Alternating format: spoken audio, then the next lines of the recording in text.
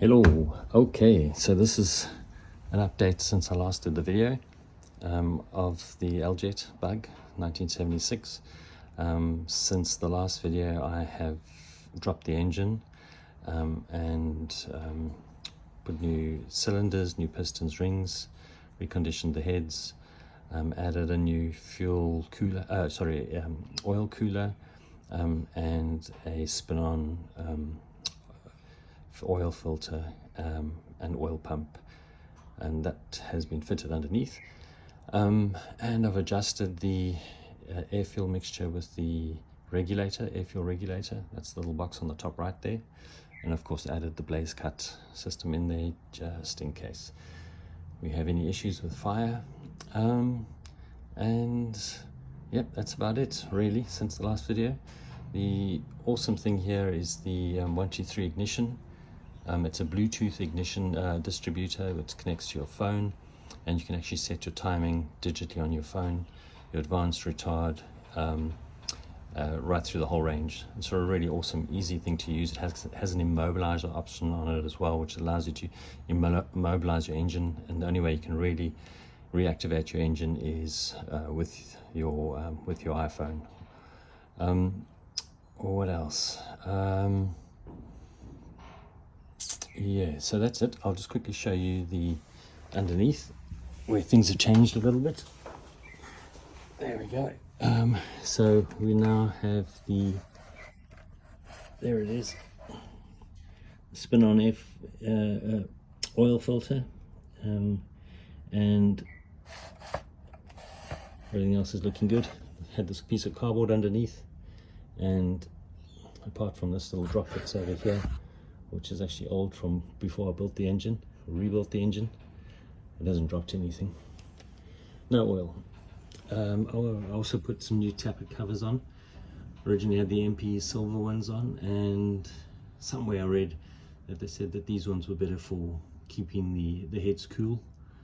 The original ones, found a set of NOS tappet covers and popped those on. Right. There we go. Okay, inside. So not much has changed here. Everything still looks the same. Still got the same radio, same amps, speakers, same aircon system. I took off the headrests. I've just put them at the back, so if we need them later on, or if we ever want to sell the bug, the new owner can take those. And I've kept the TMI speaker shelf on the back, so it still looks nice and neat, and the speakers are hidden there. So that's basically it's all in a nutshell. Everything else is still the same as the previous video. Someone did ask me about the exhaust system. So because it has a single pipe here, he said that he thought all Beetles could have single pipe exhausts or baffles, and those are mostly modifications. So this is an original exhaust for the bug, and you can see it's still got the stickers on it. So it runs horizontally across there. And what's interesting about these is that, I mean, you look at Polos and you look at VW Golfs, they've all carried on with this kind of style of having a horizontal baffle on the back, horizontally across the back of the car. I think here's something of interest. So I've got a probe, a small probe. It's not an oxygen sensor, it's actually a temperature sensor that I've plugged in here, and this used to be the pipe that went to the EGR filter, and I removed that.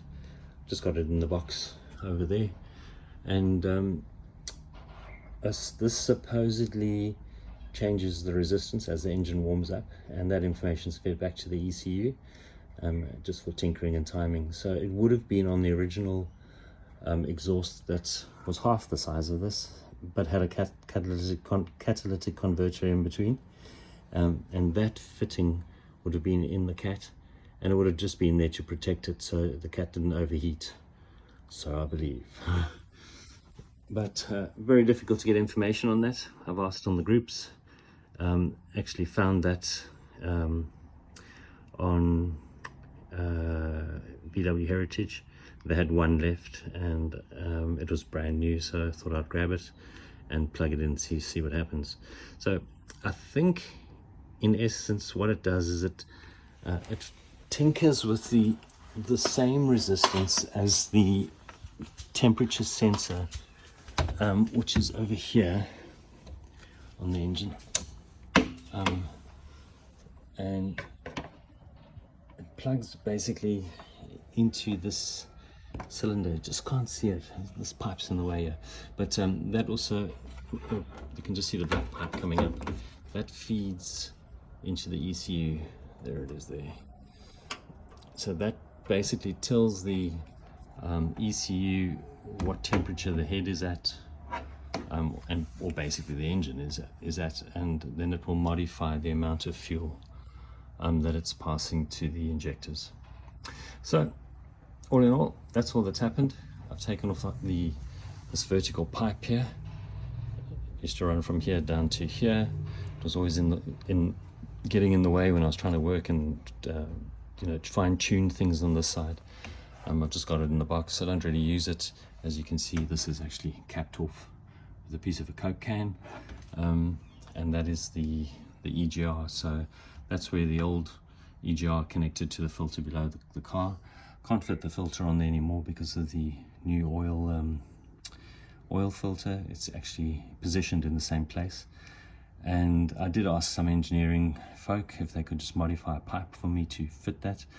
And all in all, it was actually a pain. It made the engine run hotter and less power, and you had to fiddle with the timing to get it all to work, so for no real benefit other than possibly reducing the emissions, which isn't really an issue here in Australia. So that's something that they don't really measure. It's more of a California thing, I think. And I don't think many of the other territories do those checks anyway for their roadworthy. So that's it. I hope you enjoyed the short little video of the update. Thanks.